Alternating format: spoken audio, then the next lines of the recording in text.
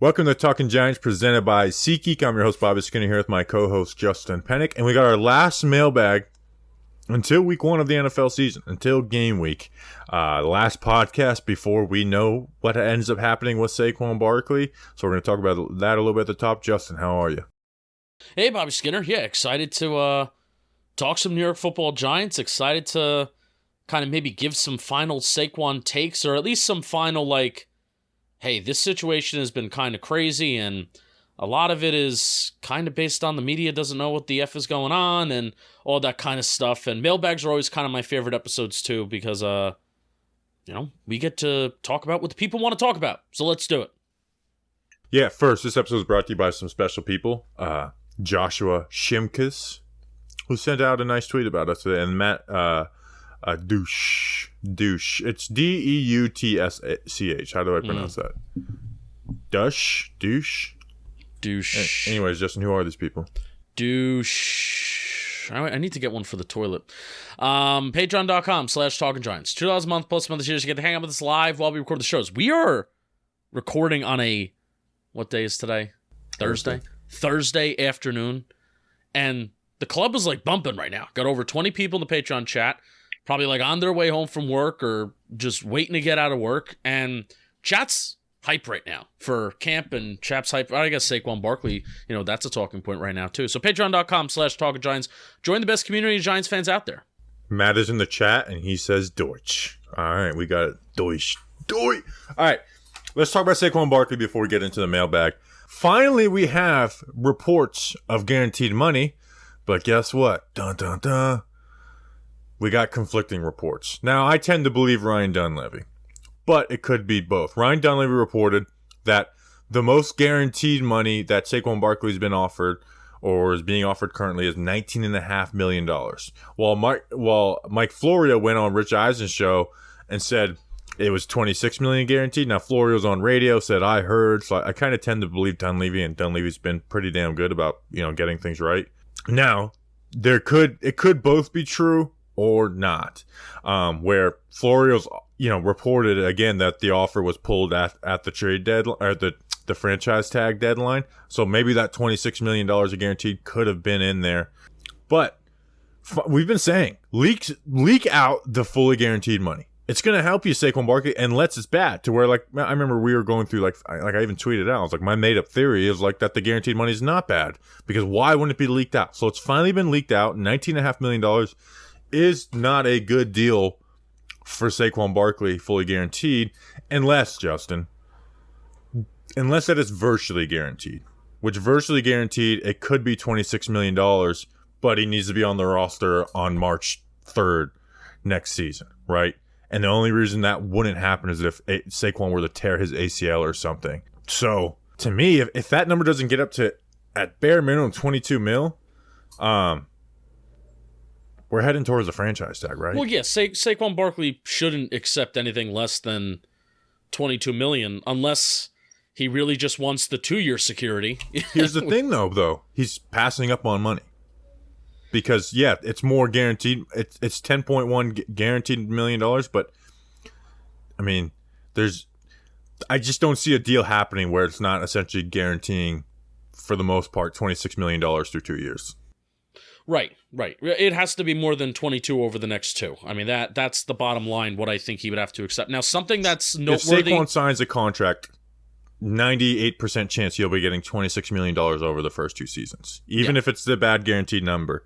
Again, the 2% chances or whatever, it's he tears his ACL and they cut him after year 1. Now, something to keep in mind also with this whole Saquon Barkley thing, Barkley added Ed Perry to his contract representation team. CAA. So Ed Perry was with CAA, and it's not uncommon for 2 agents to be working on contract negotiations. What's uncommon is that both agents are from 2 different agencies. So there's Kim Mail. How do you say her name? Meal. From Rock Nation. Rock Nation, and then Perry with CAA. CAA was the marketing representing agency for Barkley, and then Rock Nation has always been the contract negotiation stuff. Well, they're now kind of combining, and it's interesting to hear that We now have that NFLPA, little release that Saquon Barkley is adding Ed Perry with CAA to the contract negotiation side of things. And then lo and behold, Ryan Dunleavy, who was on it with the whole Daniel Jones thing, Daniel Jones, for a portion of the contract negotiations before splitting with CAA, was the representing agency of Jones. So that's why I think the timing of Ryan Dunleavy coming out with his report is pretty interesting. I think those two things are inevitably tied together.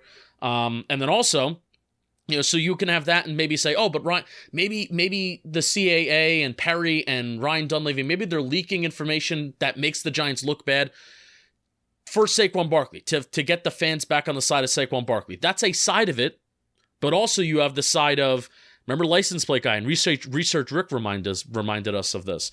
License Plate Guy kind of came on the show and indicated that Joe Shane was kind of a little offended, and the Giants were maybe a little offended that they declined their mid-season offer that they gave Saquon, and that if the tag was going to, and we also heard that if the tag was going to be on the table, and if they gave the tag to Saquon Barkley, the Giants, that they were going to take all those other offers off the table. So there's a lot of things kind of at play here, and what's true, what's not true. I guess that those are like my thoughts right now. Let me get your reaction to that. I want to know how long CAA has been working it, because it was just reported, but I think mid-June. Yeah, mid-June is when they came along. And CAA, I don't know this for a fact, but I think they're just like the biggest agencies. Like every single athlete, like that I know that is represented by an agency, it's like it's either Drew Rosenhaus, who has like a small amount but does the best for them, or CAA. CAA, like basketball, media, like everyone. There's people in our company represented by CAA. That guaranteed number that Ryan Dunleavy came out made me happy, because I think Joe Shane wants him to play on the front. Like, here's the thing. If you were just looking at this from like a non-personal, just business move, why would anyone not want Saquon Barkley on the franchise tag? You should. Yes. Like, that is the best option for the New York Giants. And then Diana Rossini, reported that he might miss games, and that was he's not going to.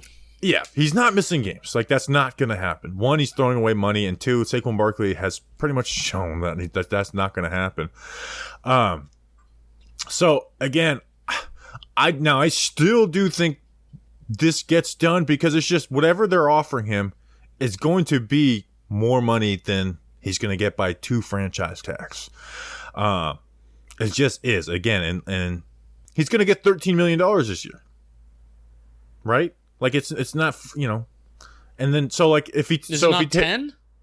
No, for the franchise tag. I'm saying if he signs a contract.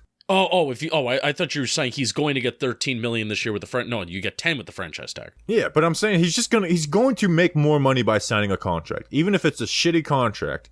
He's gonna make more. So that's why at the end of the day, I do think a deal gets done, but these numbers tell me that Joe Shane is hoping that he plays on the franchise tag. Let me ask a clarifying question with the Ryan Dunleavy, because now that I'm just thinking of it,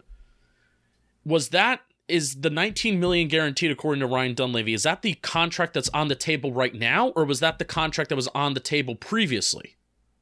That's where I said with like maybe Florio and Dunleavy are right, where the one before offered $26 million guaranteed, and then they changed it. Let me look at the Ryan Dunleavy tweet to make sure. I don't think it clarified. I'm pretty sure it didn't clarify it. Let's see. The best offers so far. So that would that would mean that's that much. But again, that could be not fully. That could be virtually guaranteed or fully guaranteed, and then the virtually guaranteed is $26 million. Then and it just goes. That extra $7 million goes into effect on March 1st of 2024 if he's still on the roster. And the only way that wouldn't happen is if he tears his ACL and MCL and has like a really, really bad injury. Like he could sprain his ankle and miss 5 games. They're not going to cut him after that. But Saquon Barkley can sprain his ankle, miss 5-6 games this year with the franchise tag, and then they don't pick it up. Exactly. So that's why I think a deal gets done. Because in the day, he's going to make more money by signing a contract. Even if it's just slightly a little bit more than the franchise tag. I mean, it's been reported as $13 million a year, so that's where I'm expecting that number to be. I don't know about guarantees, but I'm expecting the average annual value to be around $13 million. So I think it's not going to happen until, afternoon, like the deadline's 4:00 Monday. I don't think it's going to happen between noon and 4 that day, but I do think it happens. And that's why where it's like Saquon's agents have royally screwed up. Maybe. But their plan all along could have been, we're going to push this to the deadline and get the best deal possible, right? And we'll see what happens. But if he plays on the tag, they very much screwed this up. Yeah. And the best deal possible for Saquon Barkley is still not a good deal for Saquon Barkley, because that's just kind of the reality of the NFL right now. Yeah, it's the reality of, the franchise. The franchise tag is kind of evil, but it's never going to go away because whenever the CBA comes up, 95% of players never even have to think about that. So, yeah. It's the franchise tag that screws him because he's not able to go out there and negotiate. He can negotiate, but it'd be a trade, and that's not going to happen. All right, so your final prediction is a deal gets done last minute. Yes.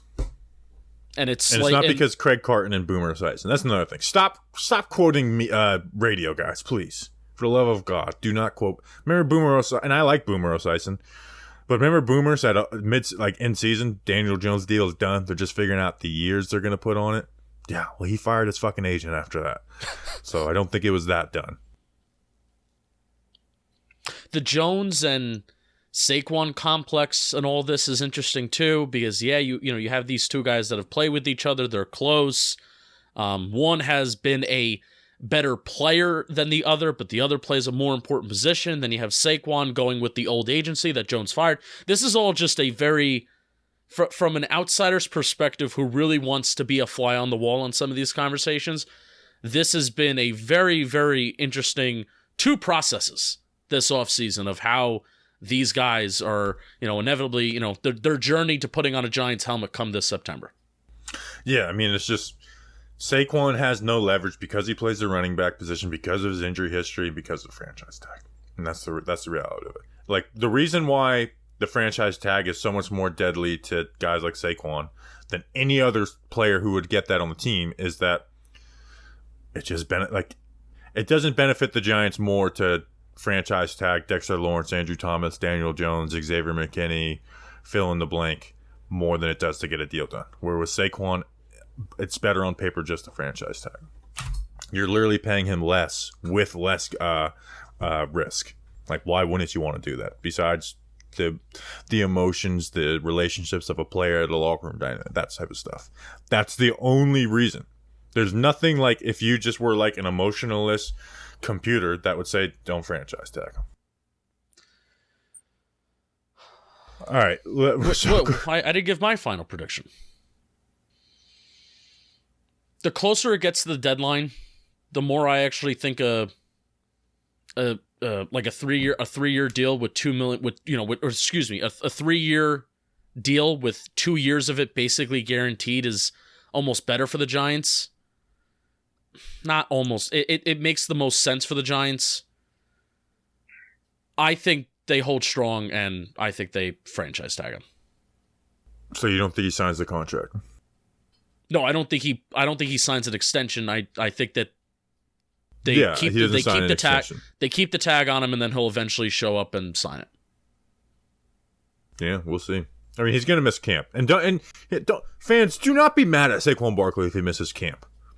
Well, they're be mad at if anything, you should be mad at the Giants organization. Now, I don't think you should be mad at either, but this is the part of where it's these guys only have a certain amount of time to make their money, and I will never fault guys for that. For the be mad at Dave Gettleman because the writing has been on the wall for this to happen since April whatever of 2018. Word up. Be mad at Dave Gettleman. Yep. All right, take it away, Steve. Mail time. Mail time. The mail's here. Come on. Bye, guys. Here's the mail. It never fails. It makes me want to wag my tail. When it comes, I want to wail. Mail!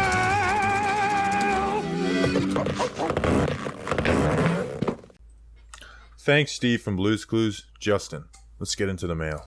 Let's get into the mail. The first question is coming from Mr. Understooder 94.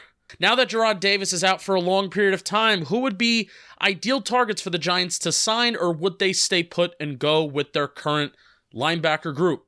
So Jarrad Davis out long term. We don't know exactly what. It seems to be a knee injury. Leg or something, yeah. Yeah, like he started OTAs with the first team and then was missing with an injury. So assumedly that happened sometime between then, had the surgery, Pat Leonard reported. So he's out for a while. And it just makes a very weak inside linebacker 2 battle weaker, right? Jarrad Davis he was the best like athlete, human being to play linebacker out of that group. The question was, could Darian Beavers be better? Could Micah McFadden grow? So I don't know if they go out and sign someone, but I'm not in a rush because you have Bobby Okereke. Because having that starting linebacker and now some depth at D-line makes that inside linebacker 2 a lot easier position to play. It's just the way it goes. An inside linebacker 1 being good makes inside linebacker 2 a lot better. So I would like for Beavers or McFadden to do that. And by the way, we had our closest Camp Battles poll ever on Instagram between Beavers and McFadden. So excited for Camp Battles pod. But I mean, look at like the guys that have been signed, linebackers, like, vets. Like Jalen Smith sucked. Bernard McKinney, I mean, he barely even played. Austin Calitro. Todd Davis, he retired after a week. So there's there's Quan Alexander's, Miles Jacks, Deion Jones names out there. I'm not going to sit here and tell you how good those guys are anymore at their career. But so yeah, you could bring one of those guys in, but I'm hoping that Beavers or McFadden would be better than those two, whoever they brought in. Even like a John Bostic has been put on IR the last 2 years, and he was good. Even just dating back to like 2020, he was a good player, and then he's put on IR the last 2 years. If you're an interior linebacker that's on the street at this point, odds are you're not going to be a major upgrade to the Giants' interior linebacker room.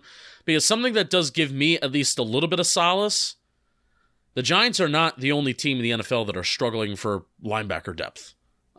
It doesn't make the issue any better, but at least gives me a little solace knowing that the Giants aren't the only one with this very kind of unique problem. We know, you can look at data last year about how running the ball was kind of back and the efficiency of even running the ball was back. And I think linebacker play is kind of going down the more that you're getting like these pseudo safeties trying to come in here and play linebacker that's meant for, like the Jack Campbells of the world, so to speak. So yeah, man, I think they do need to make some sort of move before camp, though.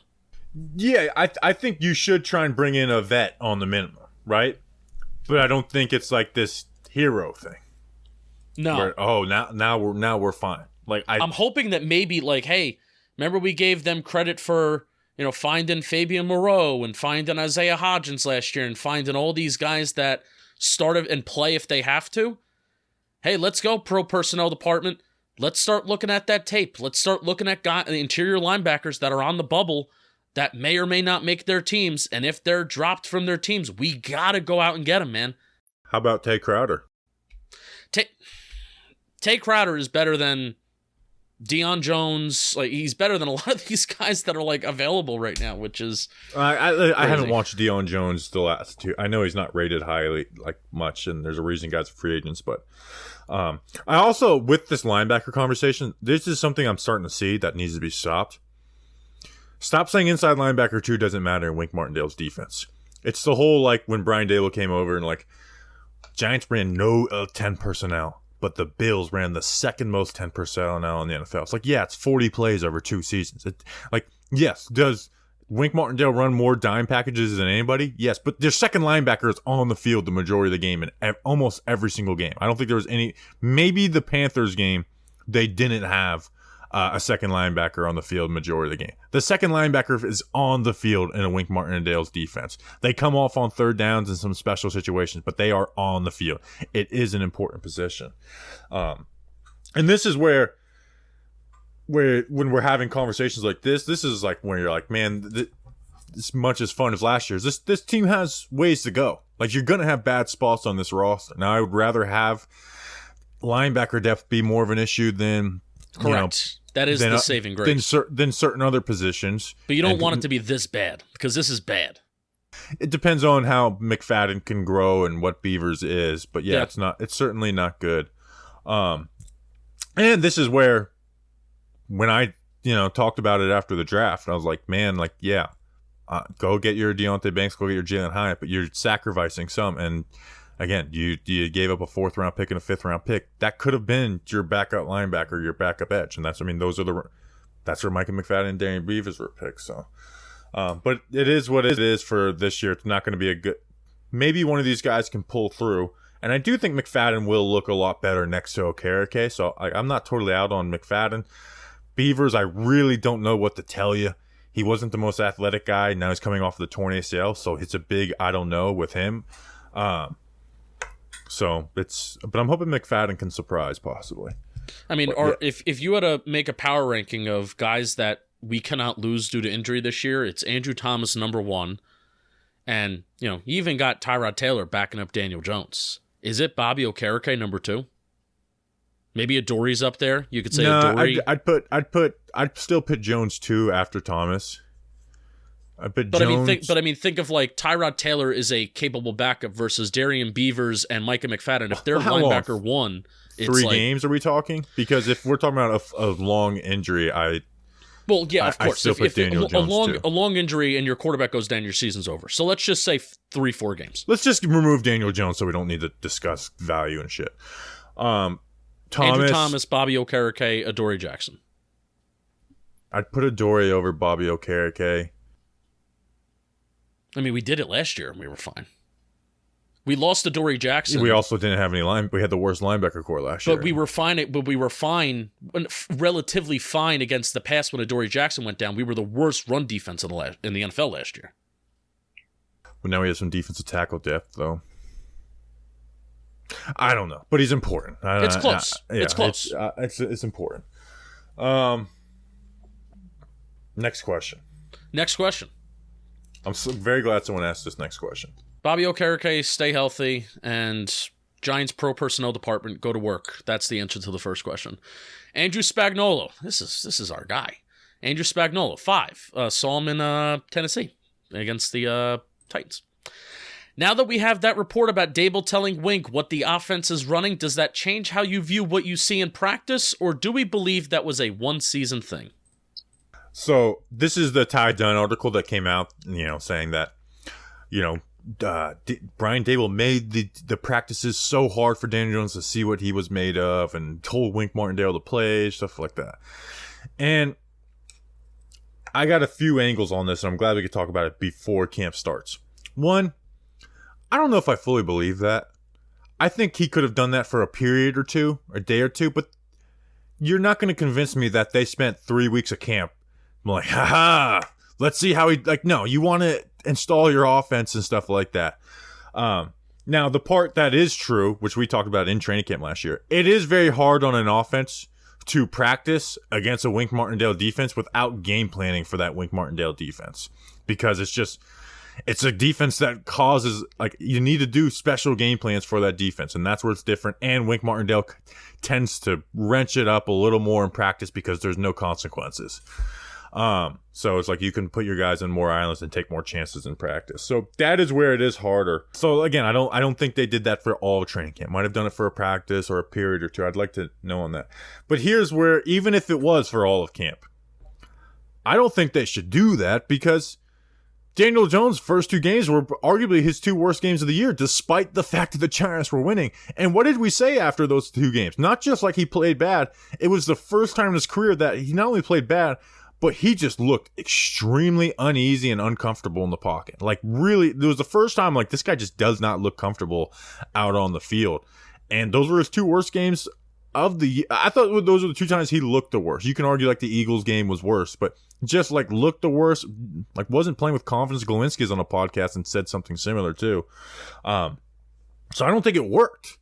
So I want to build some confidence. I want to run her off. So I hope they don't do that this year. Because if the article was to prove that he was meant with for it and can deal with the QB2 rumors and people clamoring for Tyrod Taylor, well, that's all over now. He signed a contract. He's here. So if it was for that purpose, you shouldn't be doing it. And I don't think it helps you get better and get ready for games either.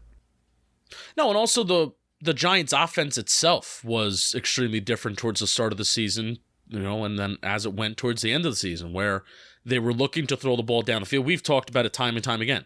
They were looking to throw the ball down the field. They were running these deep concepts and trying to complete those deep concepts with Kenny Golladay, Kadarius Toney going out there, David Sills, Sterling Shepard early on too. So they were trying to do that, and then it didn't work.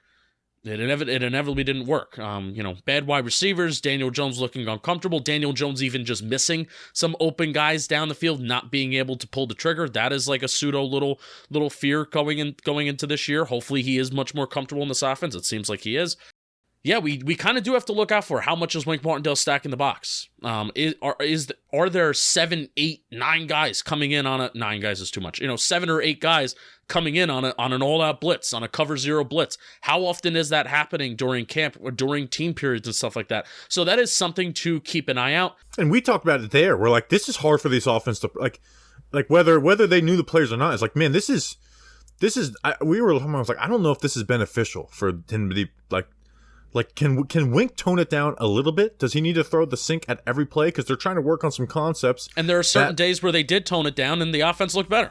I think I got to have a happy medium in there where it's like with the Giant defense has to practice what they're going to practice, but they don't send these insane blitzes down in, down out. They're mostly done on 3rd down. So maybe don't call defensive practice like every down is 3rd and 11 Wink Martindale. And we were frustrated even in the moment, like you said, we were frustrated in the moment, and then in our post-practice live streams, I don't think we were having like substantial takeaways. We were just like, dude, they're blitzing so freaking much. The offense is a mess, and we were sitting there saying, "Oh, is it a mess because of Wink Martindale, or is it a mess because it's actually a mess?"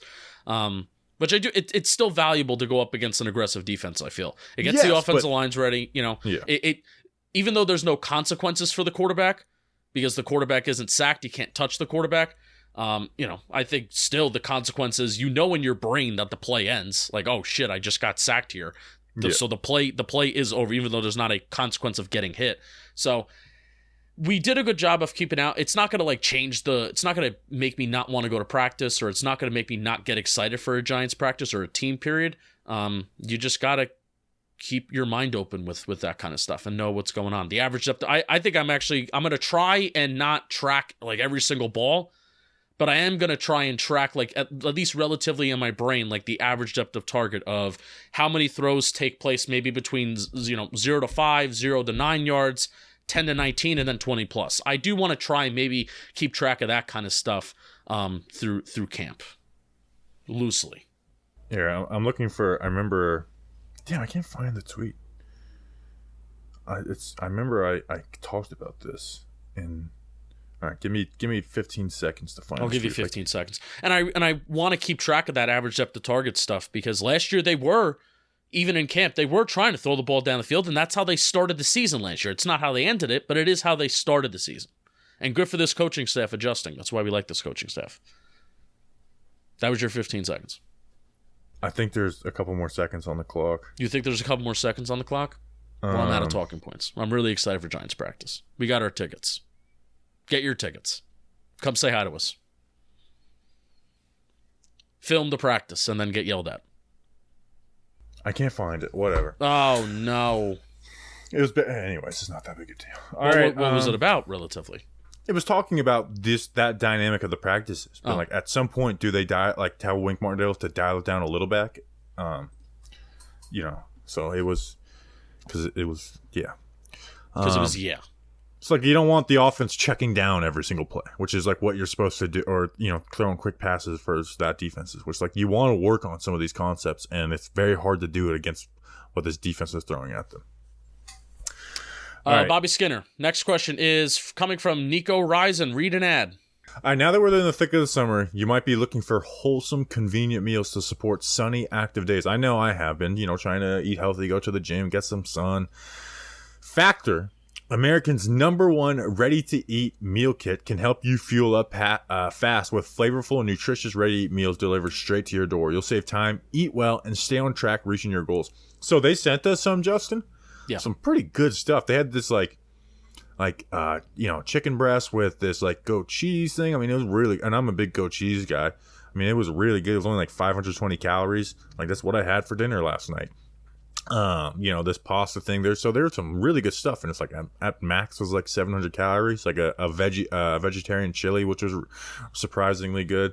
So, and again, it's easy. So like, you're busy with summer plans, you don't want to be cooking full course meals. It gets hot, but you want to eat healthy and don't want to eat garbage. Like, this is what you need. Like, they skip the extra trip to the grocery store, the chopping, the prepping, the cleaning up, while still getting the flavor and nutritional quality that you need. Also, it's never frozen. Meals are ready in just 2 minutes, so all you have to do is heat and enjoy, then go back outside and soak up the warm weather. So they're gonna send it to you, and they're not gonna freeze it. We offer delicious flavor-packed options on the menu each week to fit a variety of lifestyles, from keto to calorie smart, vegan plus veggie, and protein plus. Prepared by chefs and approved by dietitians, each meal has all the ingredients you need to feel satisfied all day long. Head to factormeals.com/Giants50 and use code Giants50 to get 50% off. Wow, that's an amazing deal. That's code Giants50 at factormeals.com/Giants50 to get 50% off. You'll be glad you did. You'll certainly be glad you did. 50% off. It's pretty freaking cool. Might be the best promo code we've ever had. Really. I really love that my fridge is like stacked up with just easy to make meals right now. So thank you to Factor. You'll be glad you did. Or Martin at OrMartin866. What position group has the highest ceiling this year, but also the lowest floor? To me, it's easily the offensive line. I 100% agree. So you have Andrew Thomas, who's good. We now have two young players, in Evan Neal and John Michael Schmitz, whose projections aren't project. Their projections are be good football players. One taken 7th overall, one taken in the 2nd round, but age dropped them back a little bit. But it's like, my projections for both of those players were to be really good football players, right? You got a young guy who's got the athleticism in Josh Azudu. You got Ben Bredesen, who's got at least a decent, he's at least like a slightly above average player at worst. So that we could have a really good it would be so amazing to have just a really good offensive line. If Evan Neal takes that jump in year 2, John Michael Schmitz comes out good out of the gate, which if there's one rookie position on the offensive line, you see it happen. It is center. Especially he's 24 years old, so he's not 21, 22, so he should be a little more developed. So there's that. But the floor part of it is Evan Neal could be just as bad as last year and just be a bust, right? John Michael Schmitz may not be good in the NFL. We haven't seen him take a snap. Josh Azudu could not develop at all. And then we are stuck with a bad offensive line again with Andrew Thomas being good. Yeah, even outside of the starters, Bobby, you mentioned Josh Azudu and Ben Bredesen. One of those guys is not going to start. So you're going to have, I'll save it for the Camp Battles pod. I haven't fully thought about it yet. But let's just say Josh Azudu draft pick, projection, 3rd round pick, you start. Ben Bredesen, you're this, Swiss Army knife center / guard that can kind of go anywhere, do anything, and you can fill in a pinch and be more than fine. We saw that last year. Shane Lemieux in years past is a guy that we've relied on, and if this is, even if Shane Lemieux's coming off of 2 season-ending injuries the last 2 years, I feel like in years past we would still be relying on Shane Lemieux to possibly start somewhere, whether that be at guard, at center. So that would be a big, unknown. Instead, Shane Lemieux is straight up depth, and we're not even sure if he's even going to make the 53-man roster. Then you have Tyree Phillips, who's like the swing tackle, not the ideal swing tackle, but still has this guard tackle versatility, and he's done it before, and he started in the NFL before, played last year, and he wasn't horrible, and he wasn't a straight up disaster. So that's like the plus side of the offensive line, where even if one guy does go down during the season, it hopefully shouldn't tank.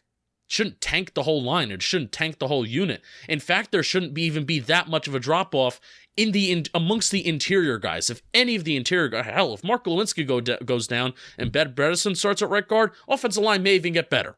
So that's where I feel like they're the ceiling is. But the floor, like you said, is, Mark Lewinsky is starting, and the Giants are stubborn again, and he's one of the worst pass blocking offensive linemen or interior offensive linemen in the NFL. Evan Neal doesn't take that step, and we're kind of stuck in this purgatory at left guard. Yeah. So I thought that was a good question because, like, oh wow, it's It is the offensive line. Which it kind of hit me for the first time. Like, yeah, we're used to battle. Like, there could be a chance that we have a good offensive line this year. How sick it would be! It would be first time in so long. Like, Evan Neal, please God be good. Please be good. John Michael Schmitz, be everything that I expect you to be, because we're cooking. We're back. Like, it's freaking 2007 and 8 again, all over again. We all have a good offensive line, boys and girls. Offense gets so much easier when those guys are doing what they have to do. It allows you to do so much more in the passing game. Obviously, the running game, it makes, like, it is the difference of being good and bad. You know, it allows you to use Saquon Barkley more if you want to, right? Where it's like, hey, stop forcing the ball to Saquon Barkley. The offensive line is making this stupid to do. The Eagles, if they wanted to, now I recognize Jalen Hurts is really strong and, you know, you can squat like 600 pounds, whatever. The Eagles, if they really wanted to, against a bad defensive line unit, they could QB sneak the entire field. They need to make that play illegal. And it's not me being salty. That used to be illegal. You used to not be able to push the quarterback. They changed that rule not for the rule used to be like that for that purpose, for plays like that. But then they changed it because they didn't want to have to enforce it when a guy's downfield and someone comes and like pushes him from behind. But I think they need to really, I can't believe they didn't make that rule illegal. It's like it's not unprecedented. It used to be illegal to do that. Like less than 10 years ago, I think. But Fuck only the one Eagles. team in the NFL really does it that well. And they do it. And it's partially because they have a very, very good offensive line. I hate it. All right. Next question. Next question is coming from John. JB the Hippie. There we go. What jersey numbers should be retired by the Giants but aren't? I am adamantly passionate about this question. There's only one. There could be two, but there is one. Only one. Definite. I think to Ring of Honor, you don't need to be a Hall of Famer or anything. To have your jersey retired for the New York Giants, unless we are some, bum team that, doesn't have any history. For the New York Giants, especially with the amount of jerseys they have retired, you have to be a Hall of Famer. So Harry Carson, number 53. That's the only jersey I want retired. There's another answer. Only one I could argue would be maybe Banks, but then you're running out of numbers in the 50s. No, there's one you're going to be like, oh, that's totally true when I say it. And I was shocked to see that his number is not retired because I've gone it's like a Mandela effect. I've gone my entire kind of Giants little content life, even my Bleeding Blue days, thinking that this number was retired. Emlyn Tennell's number 45 is not retired. He was the first African American player for the Giants. I believe he was also like a war vet. And how good of a football player was he though?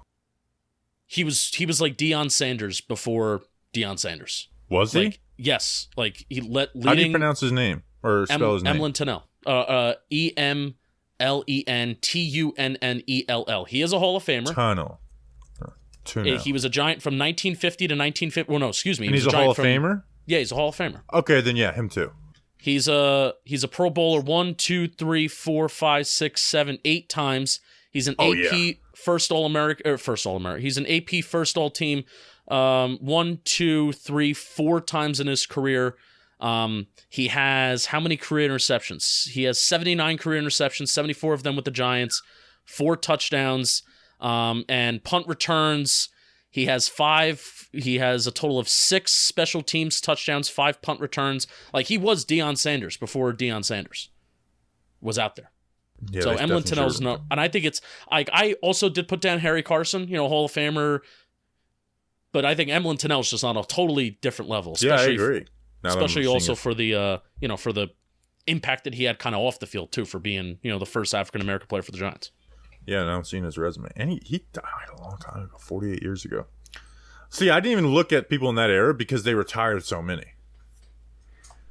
Yeah, retire freaking Emlyn Tennell. I'm going to use him for the countdown. Yes, please do. I think I would feel bad if there isn't. There's probably a Bleeding Blue video or 2 of Emlyn Tennell out there. If there's not, then that's really bad on me. Write that down so I can look at it after. All right, next question. Next question. Coming from Mark Breer at MJ Breer. What's a reason for optimism for this season? And then flip side, what is a reason for pessimism? Doug Analytics said, how good of a veteran was he? Funny question. So I don't want to go into deep detail on this question, but it's just a nice thing to get these thoughts out before training camp starts. Optimism.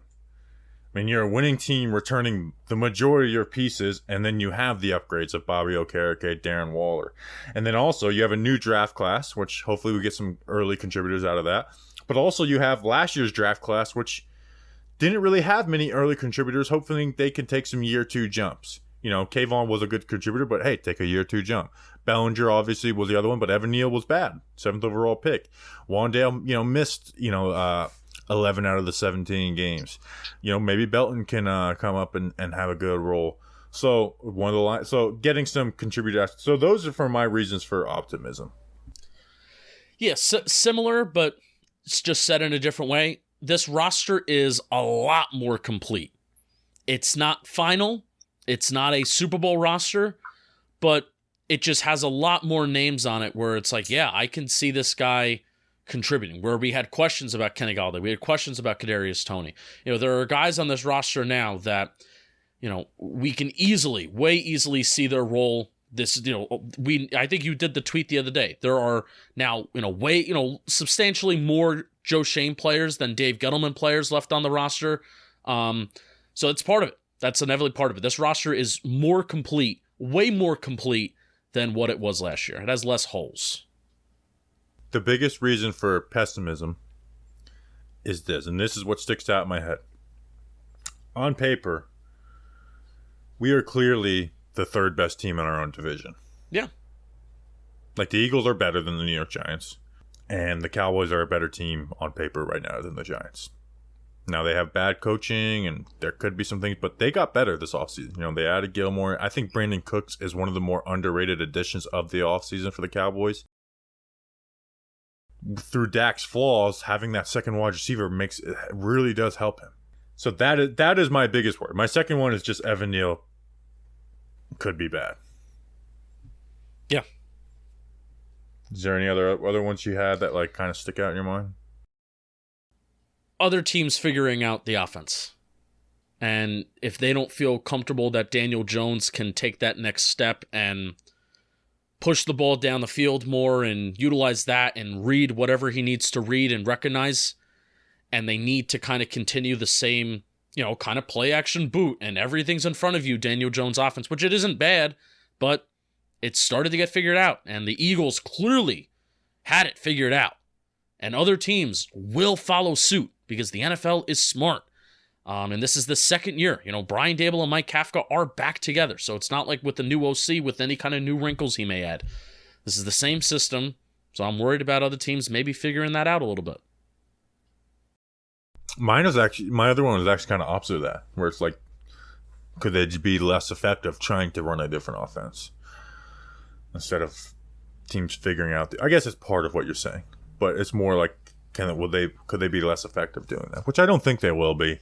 No, I don't think. But it is an unknown. I don't think they're just going to scrap everything from last year. I think the offense last year is the offense that they're going to run. I mean, there's a lot of elements of it, but basically they just didn't have a drop back, let's attack multiple areas of the field offense last year. Partly because of Evan Neal, partly because of receivers. We'll see how much of that was Jones, but there's a lot of reasons. All right, next question. Next question is coming from Jesse Semino. What regular season games are you, 1, most concerned about, 2, least concerned about, and 3, most excited for? So we'll start off with, what are we most concerned about? Week 1 at Dallas. I feel like that game is just a game you got to win, man. Starting off 1-0 is so much different than starting off 0-1. And like I talked about in the pessimism, let's not get swept by the Eagles and the Cowboys. You got to get one versus Dallas. You got week 1 at home. You have some element of surprise. That is the game I'm most worried about. Set the tone for the season.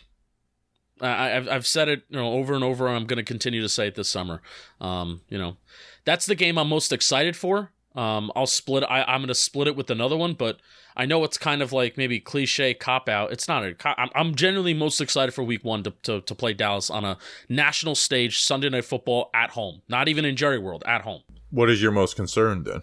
49ers. I know there's going to be quarterback questions there, but just the way that Shanahan runs that offense, I mean, he is going to feast on the fact that we do not have very good linebacker play. He's going to do is he's going to put more tight ends and more fullbacks on the field. So we have to put 2 linebackers on the field, and then he's going to target the second interior linebacker that's on the field. That's what he's going to do. And he's going to do it over and over again. And if Dexter Lawrence and Leonard Williams come off the field, if there's any liability with Ashawn Robinson or Nacho, he's going to attack that too. He's going to attack. Actually, play. I was actually looking at some data. The play action was not as effective for Shanahan last year as the regular drop back passing stuff. They're going to use Debo. They're going to use Ayuk in ways that, hey, they're going to put him on any kind of weak corners that we have. Deontay Banks, get ready, man. You're going to be targeted a little bit and put in spots that are uncomfortable, because Kyle Shanahan, that's just what he's good at. He's good at targeting what you're bad at. And if we don't win week 1 against Dallas, obviously expected to win against the Cardinals, could be starting the season out 1-2. That's not ideal, and especially in the way that we could maybe lose that 49er game on a short week is not great. You're muted. Cardinals is the least concerned I'm about. Here's Correct. The thing: is if same. the 49ers, I don't think there's any shame in losing to the 49ers. I think the way in which you lose a game does matter, though, especially maybe early on in the year. And game I'm most excited for, this is going to sound a little corny, but Lions preseason week 1, the next game. Like, I am very excited for that. Aaron Boone gave a very similar type of answer on the latest Talking Yanks episode. Just look at. I'm getting ready for Friday against the Rockies. Fire Aaron Boone. Whoa. And Brian Cashman. Wow. What are you? So you're most excited for the Lions preseason game? Yeah. I'm also very excited for the Jets. Like I am. Jets and Cowboys this year, the 2 home games that I'm like, let's freaking go. I not only want to win them, I need to win them. Regular season, I would say the Patriots, because 1, I'll be there. True.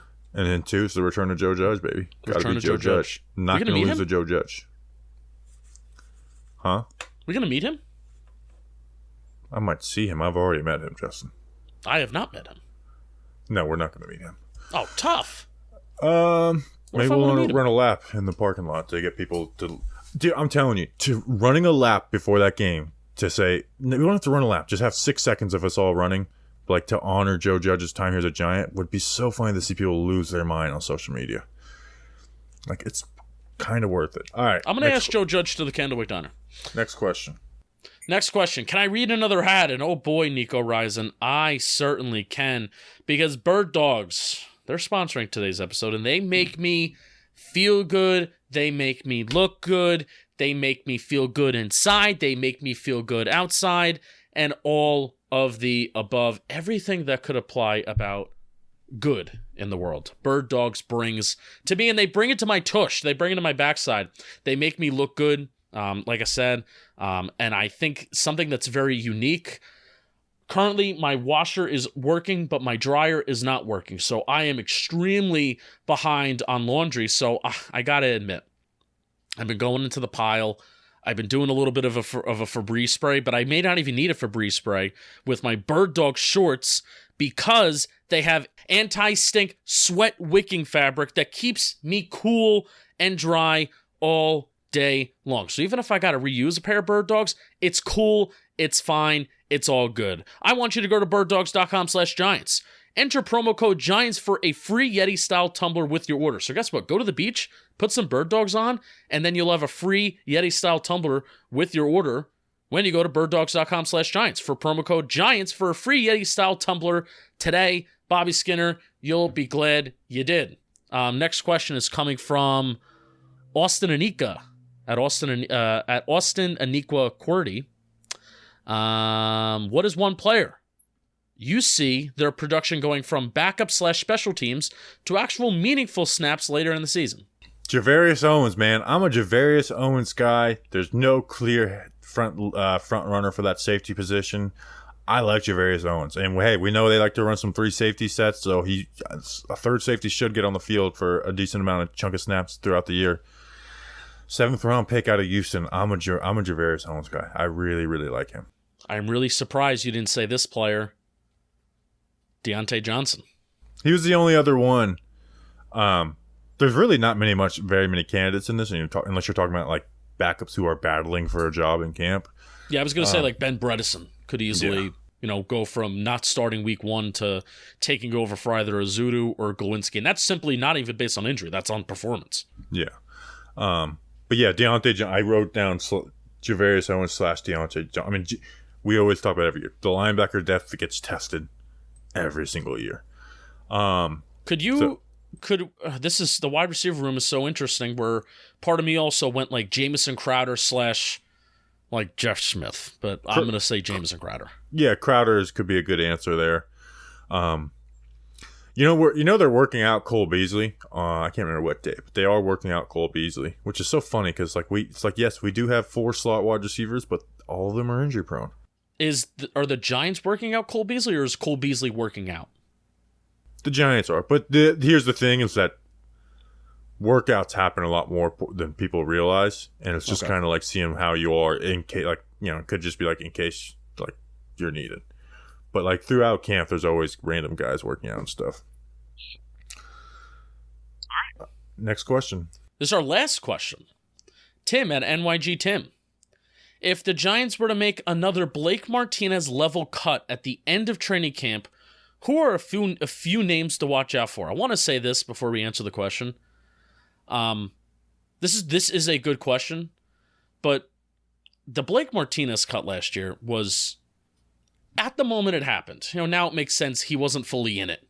Blake Martinez was not in it and like fully invested in football, I guess. We finally got some information after the season about. But at the time, it was like they just cut a starter. Well, that was the most frustrating thing is when that happened. I was like, can we figure out what happened? And people are like, they just want to play the youth. Like, I swear to God, I promise you, they are not cutting Blake Martinez to play Tate Crowder. They're not doing that. They didn't cut. They're like, well, they were going to start Darren Beavers. Well, Darren Beavers has his ACL. Like, it was like, we'll find out. So there was bad blood from both. Wink and him just didn't get along very good. And I think there's probably blame on both sides for that. They cut a starter on the position group that was most depleted on the team. Here's one reason I'm glad we won last year, besides the fact of just winning, is every move doesn't get explained and be like, it's not about this year. It's not about this year. It's like, no, it actually is a little bit about this year. All right, but let's answer the question anyway. I don't want to do surprise cuts and be like, Darnay Holmes. I actually want to throw one out here, and I think we actually talked about this a couple of mailbags ago, and someone texted me about it. Matt Breida could be one. If they like Eric Gray, Saquon Barkley's in camp, and they want Eric Gray to be RB2, and they don't necessarily want to keep Breida around as RB3 and just go with Corbin or somebody, that could be a surprise one. And when people are like, they're not going to cut Breida, again, I don't think so. But we're talking surprises are surprises. But we also talked about it in a previous podcast. Year 2 of a regime is a lot more predictable than year 1 when it comes to cut downs and stuff. I would rather have Matt Breida on the roster over Gary Brightwell, but I recognize that 100% too. But I recognize that Gary Brightwell may do special teams things that are valuable. Again, we're talking surprises. Even though he's a bad returner. Stop having Gary Brightwell return kicks. He's slow. Now, doesn't break tackles either. He doesn't break. I was going with Blake Martinez level cut. That shocked me. Right, that was a very shocking cut. Blake Martinez not for the beat reporters; they knew all along. Yeah. No, not shocked here. Okay. I have this is not happening, but again, I'm going based off of the question that Blake Martinez level cut. Mark Lewinsky or Ben Bredesen? Bredesen would be impossible. Lewinsky came across my head, but it's just doesn't. It doesn't make sense, and they're not going to do it. But yeah, that would be because they signed him. They signed him. If Mark Lewinsky was the same exact player on the same exact contract, but Gettleman brought him in, I could see it. but they signed him where I can't see it happening. It's like, oh, what if they want to keep and Marcus McKeithen on the roster? You know, I wouldn't agree with it, but that would be the level of cut that shocked me, like Blake Martinez, like Mark Lewinsky, Ben Bredesen. I also, Sterling Shepard, we've talked about it, but I kind of have calmed down on thinking that Sterling Shepard is. I don't think Sterling Shepard's going anywhere. No, he's going to be on the roster one way or the other. A couple weeks ago when we did our 53-man roster prediction, I was like, he may not be on the roster, but then we heard from like reporters and stuff like, yeah, he's not going anywhere. So, well, also part of the 53-man roster is like we are assuming everyone makes it through camp healthy, and we got a wide receiver room full of guys that don't. And it's just one way or another, he's going to be on the roster. Yeah, it'll probably be on the PUP or IR at some point. Sorry, hopefully never on the PUP. Hopefully never on the IR, but I think he's going to be ready to go day one of camp. All right, that's it. That's it. Oh, one other thing. News. Giants changed the logo. Midfield. I actually wrote that down. That was surprising. That was more surprising than them changing the turf.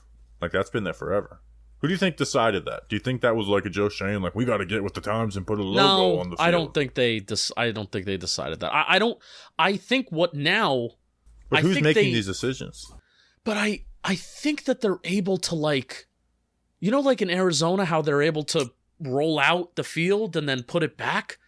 I think they're able to do that with this field. So are the Jets and the Giants going to have like two different playing surfaces, or are they just going to paint over the midfield logo? That's actually something that I want to know. Are the Giants and the Jets going to have two different playing surfaces? Because that's why I don't think they changed the logo initially. They obviously just could have painted or do whatever, change the turf every week. They can change the logo and stuff.